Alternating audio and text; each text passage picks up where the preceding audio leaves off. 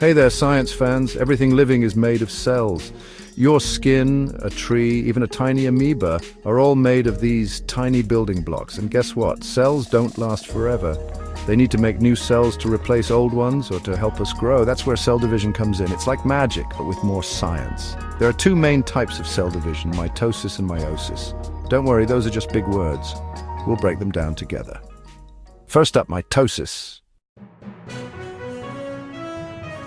Section 2, mitosis, growing and repairing. Mitosis is how most of our cells make copies of themselves. Think of it like this. You get a cut and your body needs to make new skin cells to heal the wound. Mitosis is on the job. Mitosis is essential for growth. When you were just a tiny egg, you were only one cell big. Mitosis is how you went from one cell to trillions. Pretty cool, huh? Section 3, the dance of mitosis. 4 stages. Now, let's break down mitosis into easy steps. Don't worry, it's like a little dance the cells do. First, the cell copies its DNA, which is like the cell's instruction manual.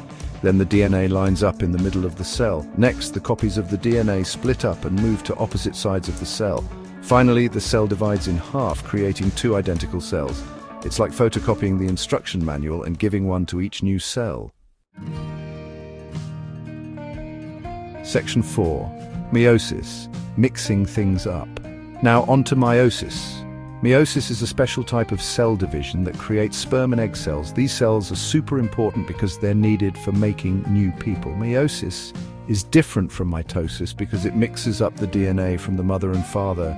That's why we don't look exactly like our parents. We're a unique combination. So there you have it, the basics of cell division. Mitosis helps us grow and repair, while meiosis ensures that each generation is unique. Pretty amazing, right?